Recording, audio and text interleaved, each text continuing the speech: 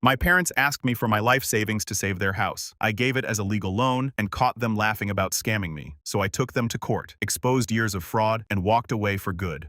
The call came on a Tuesday evening while I was editing manuscripts, my usual freelance work. Mom's voice cracked with tears, something I'd rarely heard in my life. "Daphne, please, we need your help. We're about to lose the house." I sat up straighter, my fingers hovering over my keyboard. "What happened?" "The bank." Dad's voice now shaking. "We've fallen behind on payments. They're threatening foreclosure. We need $60,000 by next week or we lose everything." The amount hit me like a punch to the gut. That was almost everything I'd saved over the past decade. Every extra editing job, every skipped vacation, every cheap apartment I'd lived in, all of it added up to just over that amount. "I know it's a lot, Mom, but we'll put you on the deed. The house will be partly yours. Please, sweetheart, we have nowhere else to turn." My sister Sierra's voice echoed in the background. "Is she going to help us or not?" I closed my eyes, remembering all the times Sierra got new cars while I took the bus, all the times they paid her rent while I worked 2 jobs, all the times they forgot my birthday but threw elaborate parties for her. "I need to think about it," I said. "We don't have time." Mom's voice rose sharply. "The bank. I'll call you back in an hour." I hung up and immediately called EMTT, my ex-boyfriend turned friend who happened to be a lawyer. "I need your help," I said when he answered, "and I need you to be brutally honest with me." 20 minutes later, we sat in his office, him in his wrinkled suit, me still in my work-from-home sweats. "You want my professional opinion?" he asked, leaning back in his chair. "Don't do it." "But you're going to anyway, aren't you?" I nodded. "Then let's protect you." He pulled out a legal pad. "We're drawing up a loan agreement. Interest rates, repayment terms, consequences for default, everything." "They won't sign it," I said. "Then you don't give them the money." He started writing. Simple as that. 2 hours later, I stood in my parents' living room, document in hand. The house smelled like Mom's stress baking cinnamon and desperation. Sierra lounged on the couch, scrolling through her phone like this was just another family gathering. "What's this?" Mom asked, frowning at the papers. "Loan agreement. Standard stuff. You put me on the deed. I give you the money. You repay me within 2 years. Dad's face darkened. "You don't trust us. Would you trust someone asking for $60,000 without paperwork?" Sierra finally looked up. "Wow, Daphne. Real nice. They're our parents. Then they shouldn't have a problem signing." Mom's hands shook as she read the first page. "This seems excessive." "It's standard," I said, keeping my voice steady. "Ask any lawyer." "We don't have time to consult lawyers," Dad snapped. "The bank? Then sign." I held out a pen. "Or I walk out that door and you can figure something else out." They signed. Both of them right there on my carefully crafted loan agreement. They didn't even read past the first page. Too desperate for the money, too certain they could handle their quiet, reliable daughter. I transferred the money that night. All of it. Everything I'd worked for gone in a single transaction. Mom hugged me, crying about how I'd saved them all. Sierra rolled her eyes and went back to her phone. Dad promised they'd start the deed transfer immediately. Later that night, as I drove home, my hands shook so badly I had to pull over. I called Audrey, my best friend since college. "I did something either really stupid or really smart," I said when she answered. "Tell me you didn't give them the money." "I did, but I got something better." I looked at the signed agreement in my passenger seat. I got proof. Proof of what? That they're going to try to screw me over. I started my car again, suddenly calmer. And when they do, I'll be ready. I was still stupid, but not as stupid as they thought I was. And soon, they'd learn exactly how much that mistake would cost them. 3 weeks passed before I decided to make a surprise visit. I'd been calling daily about the deed transfer, but Mom always had an excuse. The lawyer was busy. The paperwork was complicated. They needed more time. That Sunday afternoon, I drove to their house, determined to get answers. I parked a block away, a habit from my teenage years when I'd sneak out. The kitchen door had always been my secret entrance, and muscle memory guided me around the side of the house, but voices stopped me before I could knock. I can't believe she fell for it. Sierra's laugh, sharp and clear through the window. $60,000, just like that. My hand froze midair. Well, she always was the responsible one. Mom's voice now tinged with amusement. "Our little emergency fund." The best part is Dad chuckled. "She thinks we're putting her on the deed as if we hadn't already transferred it to Sierra last month." The world tilted sideways. I pressed my back against the wall, struggling to breathe. But what about her loan agreement? Sierra asked. Shouldn't we be worried? Please. Mom's eye roll was audible. It's Daphne. She'd never take us to court. She's too desperate for our approval. Besides, Dad added we can always claim it was a gift. She's been giving us money her whole life. No judge would side with her. My fingers found the loan agreement in my purse. I always carried it with me, paranoid about them somehow destroying their copy. Now I knew why. I still think we should be careful, Sierra said. She's not as stupid as she looks. Sweetheart, I've been managing your sister's expectations her entire life. Trust me, she'll roll over like she always does. Now about that down payment for your new condo. I didn't stay to hear more. My legs carried me back to my car on autopilot, my mind eerily quiet. I sat there for a long time staring at nothing, letting their words sink in. Emergency fund, rollover, gift. My phone buzzed, Audrey calling. I answered without thinking. Hey, I'm at that new cafe we talked about, want to join. They planned it. I heard myself say the whole thing. They transferred the deed to Sierra before they even asked me for money. Silence. Then don't move. I'm coming to you. Where are you? Outside their house? Jesus. Daphne, drive to my place. Now. 20 minutes later, I sat on Audrey's couch, clutching a coffee she'd shoved into my hands.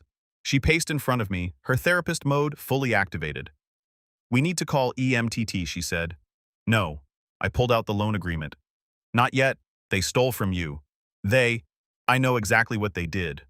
My voice was steady now, cold. They thought they were so clever getting me to empty my savings. They thought I was still that desperate little girl who'd do anything for a scrap of love. Audrey stopped pacing. What are you going to do? I smoothed out the agreement on her coffee table. You know what the beautiful thing about this document is? They didn't read it. They were so sure I was harmless. They signed without reading, and EMTT added some interesting clauses about asset disclosure, about fraud, about what happens if they try to transfer property without notifying me. I looked up at Audrey, feeling something dark and satisfied unfurl in my chest.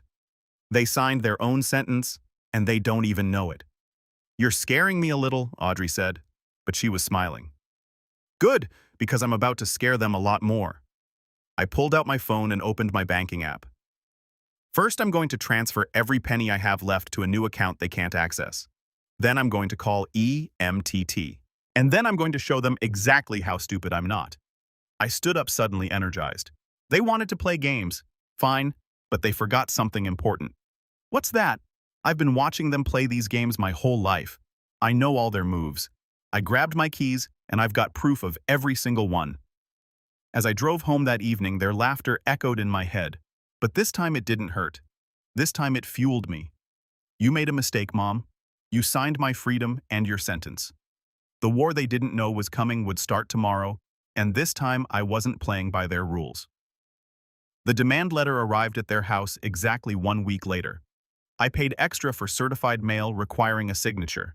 Mom signed for it at 10:43 a.m. on a Tuesday. By 10:47, my phone was exploding. I let it ring while I finished my coffee, watching the notifications pile up. 3 calls from Mom, 2 from Dad, 5 text messages from Sierra, each one more hysterical than the last. Finally, I answered. What is this? Mom's voice trembled with rage. I believe the letter is quite clear, I said, channeling EMTT's professional tone. You have 60 days to repay the loan in full, or we proceed with legal action. Legal action, she sputtered. We're your family. Yes, you made that very clear when you transferred the deed to Sierra before asking for my money. Silence. Then you were at the house. The kitchen door was always my favorite entrance. You taught me that. Remember all those times you locked me out? Dad's voice cut in. Now listen here, young lady. No, you listen. My voice could have frozen hell. You have 60 days, every penny plus interest as outlined in the agreement you signed. Otherwise, I file suit and pursue asset forfeiture. Asset. Mom choked. You wouldn't dare. Try me. Sierra's voice now shrill and panicked. You can't do this. The house is mine. Actually, about that, I smiled into the phone. You might want to check the property records again. Seems there are some interesting discrepancies in the transfer documentation. Another silence, heavier this time. What did you do? Mom whispered. Me. Nothing yet, but the mortgage company might have received an anonymous tip about potential fraud. Funny how quickly they start investigating when words like forged documents come up. You. Sierra breathed. I learned from the best sis. I checked my watch. 60 days, not a minute more. I hung up and immediately blocked their numbers. My hands were shaking, but not from fear. Adrenaline coursed through me, electric and alive. My phone buzzed again. EMTT. They got the letter, he said when I answered. How do you know? Because your mother just called my office, screaming about ungrateful daughters and family loyalty. I recorded the whole thing. I laughed. Of course you did. She threatened to sue me for malpractice. Said I manipulated you into this. What did you say? I reminded her that she signed a legally binding document without reading it. Then I hung up. He paused. You know they're going to fight this. Let them. I opened my laptop, pulling up the folder labeled Family Business. That's exactly what I'm counting on. Later that afternoon, I met Audrey for lunch. She was already waiting at our usual table, 2 glasses of wine ready. You look different, she said as I sat down. Different? How lighter, like you finally put down something heavy. I took a sip of wine. I sent the letter and now we wait. I pulled out my phone, showing her the blocked numbers. They can't reach me directly anymore. Everything goes through EMTT. They must be losing their minds. Oh, they are. I smiled. But here's the best part. I had EMTT send copies of the loan agreement to their country club board. You know, the one where Mom's been treasurer for 15 years? Audrey's eyes widened. You didn't? Along with some questions about the club's financial records, anonymous of course, Daphne. She leaned forward. That's deliciously evil. No, that's just the beginning. I pulled up an email on my phone. Remember Summer, Mom's old friend who suddenly disappeared 10 years ago? The one they said moved to Florida? She never moved. Mom forced her out of the social circle after discovering some interesting financial irregularities at their charity foundation. I showed her the email. Summer's been waiting years to tell her story. Holy, Mom always said image was everything. I put my phone away. Let's see how she likes watching hers crumble. Audrey studied me over her wine glass. You're really doing this. They thought I was weak because I was quiet, because I watched and waited and kept my mouth shut. But I saw everything, and now they're going to see exactly what I learned. My phone buzzed with a text from EMTT. Your sister's boyfriend just called. Says he has information you need to hear. I showed Audrey the message. Think it's a trap? She asked. Probably. I finished my wine. But I'm done running from their traps. This time I'm setting them. The game was changing, and for once I held all the cards. I met Heath at a coffee shop downtown, far from my parents' usual haunts. He was already there when I arrived, fidgeting with his designer watch, the one Sierra had bragged about buying him last Christmas with my money, apparently. Thanks for meeting me, he said as I sat down. Make it quick. I kept my coat on. I have a meeting in 30 minutes. Look, Sierra doesn't know I'm here. He leaned forward, lowering his voice. Your parents, they're not who you think they are.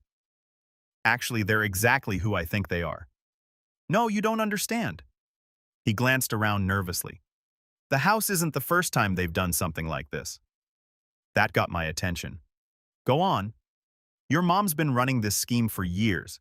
She finds wealthy friends, gains their trust, becomes treasurer of their organizations, and then… He made a vanishing gesture with his hands, like Summer. His eyes widened. You know about Summer? I know enough. I pulled out my phone and hit record. Why don't you tell me more? An hour later, I sat in EMTT's office playing back Heath's confession. EMTT's expression grew darker with each revelation. So your mother's been embezzling from multiple organizations, he said when the recording finished. And your father's been helping cover it up through his accounting firm while Sierra plays the perfect daughter, distracting everyone with her charity work and social connections. I laughed bitterly. The perfect front. This is bigger than the loan now. EMTT started typing on his computer. We're talking serious fraud charges. Can we prove it? With Summer's testimony and Heath's information. He nodded. We can start pulling threads. These things leave paper trails. Ma, my phone buzzed. A text from Summer. Just got served with a cease and desist letter from your mother's lawyer. She's trying to shut me up. I showed EMTT the message. She's scared, he said. Good. Scared people make mistakes. That evening, I drove past my parents' house.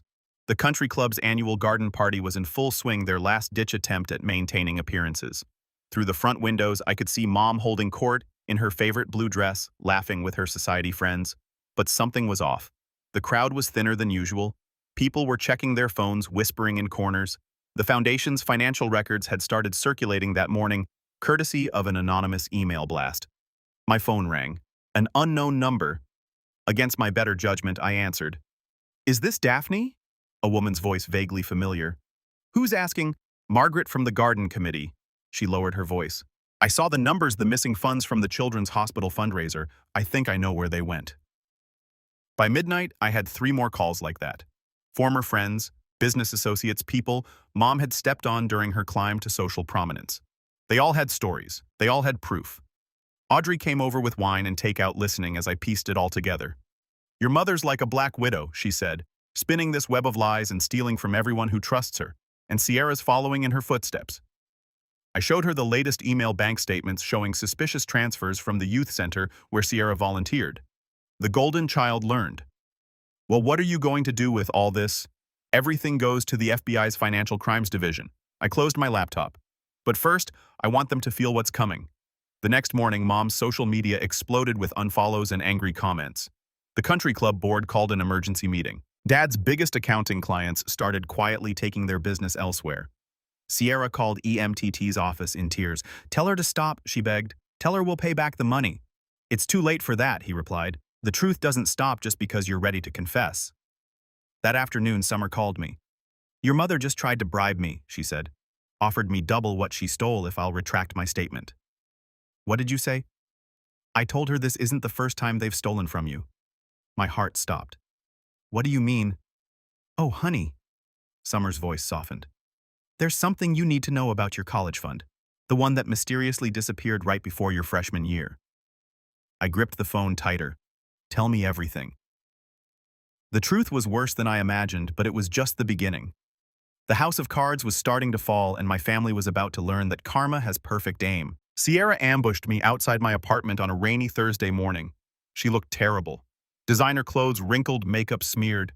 Nothing like her usual perfect self. "We need to talk," she said, blocking my path to my car. "Everything goes through EMTT." "Please." Her voice cracked. "Mom and Dad, they're not well. Dad's blood pressure is through the roof. Mom can barely sleep. Guilty consciences will do that. They're our parents." She grabbed my arm. "How can you be so cold?" I yanked free. "Funny how family matters now that you're all facing consequences. I know we hurt you." "Hurt me?" I laughed. "You stole my college fund. Made me work 3 jobs while you got a free ride. Then you helped them steal my savings and tried to forge my signature on property documents." She paled. "How did you—" "Heath talks a lot when he's scared." I stepped closer. "Tell me, did you forge the signature yourself, or did Mom do it for you?" "It's not what you think." "Really? Because I think you're only here because the walls are closing in. The country club's auditing their books. Clients are leaving. Your precious reputation is in tatters." Tears spilled down her cheeks. "They'll lose everything." "They already lost me. They just never cared enough to notice." My phone buzzed. EMTT calling. Sierra grabbed my wrist as I reached for it. "Wait, what if I could prove they're sorry? What if they agreed to pay everything back?" I studied her face. The desperation, the calculation behind the tears. Same old Sierra, always working an angle. "Show me your phone," I said suddenly. "What?" "Your phone. Show me." She hesitated, then handed it over. I opened her recording app and found exactly what I expected, an active recording. "Still, Mom's perfect little spy, aren't you?" I stopped the recording and emailed it to myself. "Thanks for the evidence of attempted manipulation. EMTT will love this." "You—" Her mask finally cracked. "You think you're so smart, but you have no idea what's coming." "Is that a threat?" "It's a promise." She stepped back, suddenly composed. "You want to play hardball, fine. But remember, I learned from the best." She stormed off to her Mercedes, leaving me shaking with adrenaline. I called EMTT immediately. "Sierra just tried to set me up," I said when he answered, recording the conversation, probably hoping I'd incriminate myself. "Perfect timing," he replied. "I was just about to call you. We found something interesting in the property records." "What?" "The signature they forged. It wasn't just on the deed transfer. There are multiple documents with your fake signature going back years." My stomach dropped. "How many?" At least a dozen. Loan applications, tax documents, even some insurance policies. They've been forging your signature for years. Looks like it. And guess who notarized most of these documents? Heath, I whispered. Bingo. He's agreed to testify in exchange for immunity. I leaned against my car, letting the rain soak through my jacket. What else did he say? That's the interesting part. He claims Sierra has a safety deposit box at First National, one she visits every time there's a major document signing. You think that's where they keep the forgeries? Only one way to find out. He paused. But we need to move fast. Sierra's getting sloppy, which means she's desperate. That afternoon, I met Audrey for lunch. She listened as I recounted everything. You know what's weird? She said when I finished. Through all of this, they're still more worried about their reputation than actually fixing things. That's because they don't think they did anything wrong. I stirred my untouched coffee. In their minds, they were entitled to my money, to my signature, to my life. And now they're about to learn about real consequences. I showed her the email from EMTT, a court order for Sierra's safety deposit box. The hearing's tomorrow. Are you ready for the truth? No? I looked out the window at the rain. For justice, absolutely. My phone buzzed with a text from Heath. Sierra's at the bank right now. She knows you're coming for the box. I forwarded it to Emmett, who replied immediately. Already called the bank. Box is frozen. Nothing goes in or out. Checkmate, I whispered. What? Audrey asked. They're running out of moves. I grabbed my keys. And I'm done playing defense. Tomorrow that safety deposit box would tell its secrets, and my family would learn that their perfect plan had one fatal flaw. They underestimated the daughter they never wanted. The courthouse hallway felt like a battlefield. My parents and Sierra huddled with their lawyer on one side while EMTT and I stood on the other. Heath sat alone in the middle, looking like he might throw up. Last chance, Mom's lawyer called across the hall. We can settle this privately. Not anymore, Emmett replied, holding up the court order for the safety deposit box. Sierra's face went white. She grabbed her lawyer's arm, whispering frantically. Mom's perfect posture crumbled slightly. The bailiff called us in. As we filed past Heath, Sierra hissed, "Traitor!" He flinched, but said nothing. Judge Martinez didn't waste time on pleasantries. We're here regarding evidence of document forgery and financial fraud. The contents of safety deposit box 247 have been secured. Yes, Your Honor, the bank representative said. The box was sealed yesterday afternoon, shortly after Miss Sierra attempted to access it. Attempted? The judge raised an eyebrow. She became agitated when denied access. Security had to escort her out. Sierra sank lower in her seat. Mom's fingers dug into Dad's arm. Proceed with the opening, Judge Martinez ordered. The bank representative approached the evidence table. My heart pounded as she turned the key. Inside lay dozens of documents neatly organized. The bank representative handed them to the court clerk, who began reading. Loan applications dating from 2015 to present tax documents, property transfers, all bearing the signature of Daphne. Objection! Sierra's lawyer jumped up. These documents are private family matters, which were subpoenaed legally, EMTT interrupted. And we have an expert witness ready to testify about the forgeries.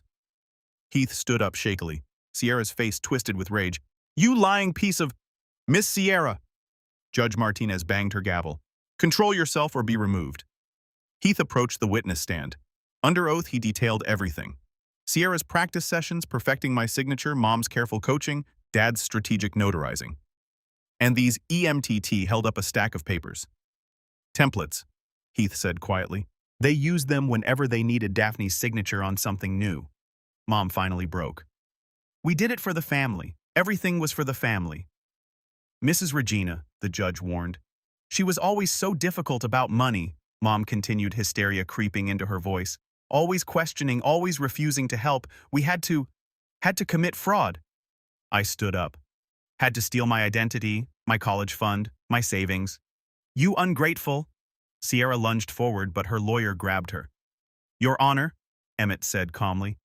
We moved to freeze all assets pending criminal investigation. The evidence suggests this fraud extends well beyond my client.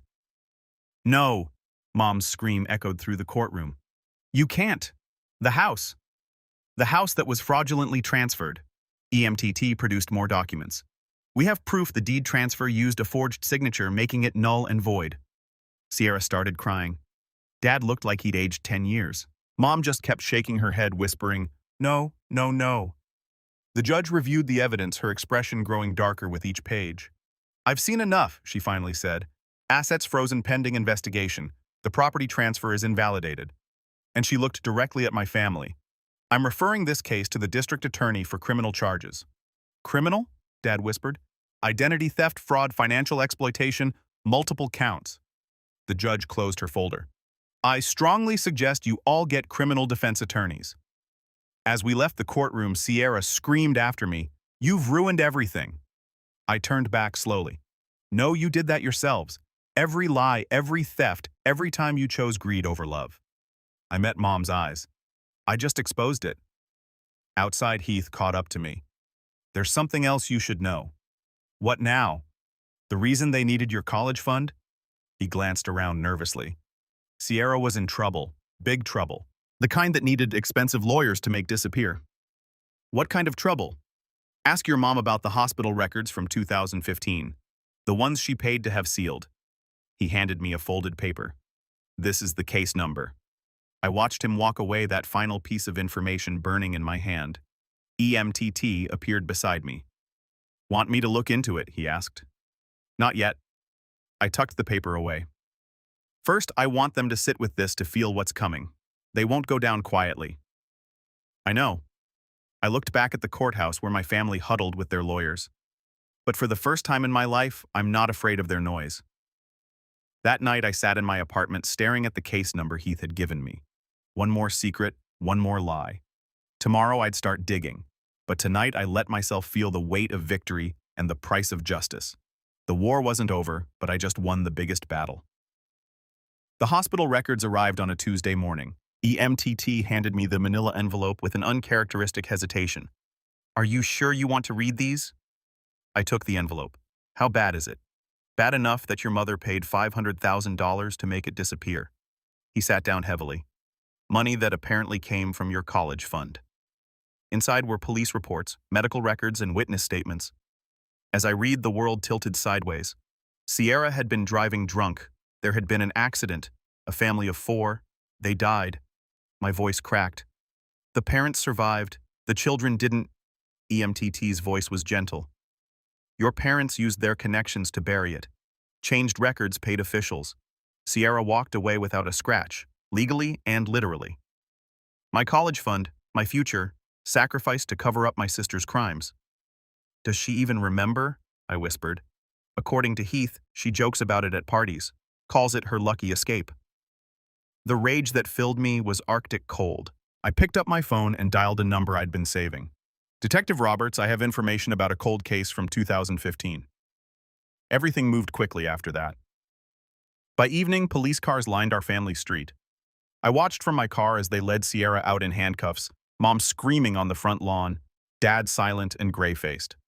My phone buzzed. "Audrey, it's all over the news," she said when I answered. "How are you holding up?" "I'm at the house watching. Want company?" "No, but thanks. I need to do something first." I waited until the police cars left, then walked up to the front door. Mom saw me through the window and yanked it open. "How could you?" she shrieked. "Your own sister. How could I?" I stepped past her into the house. "2 children died, Mom, and you covered it up. We had to protect her. With my money, my future." I turned to face her. "Did you ever even hesitate?" "Of course we did," Dad spoke up from his armchair. "But Sierra, she's special. She needed consequences," I cut in. "She needed to face what she'd done. Instead, you taught her that money solves everything. That lives don't matter as long as you can pay to make problems disappear. You don't understand." "I understand perfectly." I pulled out my phone and played a recording. Sierra at a party laughing about her lucky escape. Mom's face crumpled. "Where did you get that?" "Heath recorded everything. Every joke, every casual mention of the accident. He's been collecting evidence for years, waiting for someone to finally hold her accountable." "We'll fix this," Mom said desperately. "We'll hire lawyers." "No." I walked to the family photos on the wall. Dozens of Sierra, barely any of me. "You can't fix this with money anymore. The DA has everything. The original accident reports, the falsified records, the bribes. It's over." "What do you want?" Dad asked quietly. I want you to sit in this empty house and think about every choice you made. Every time you chose Sierra over justice. Every time you used my money to cover her crimes. I turned to leave.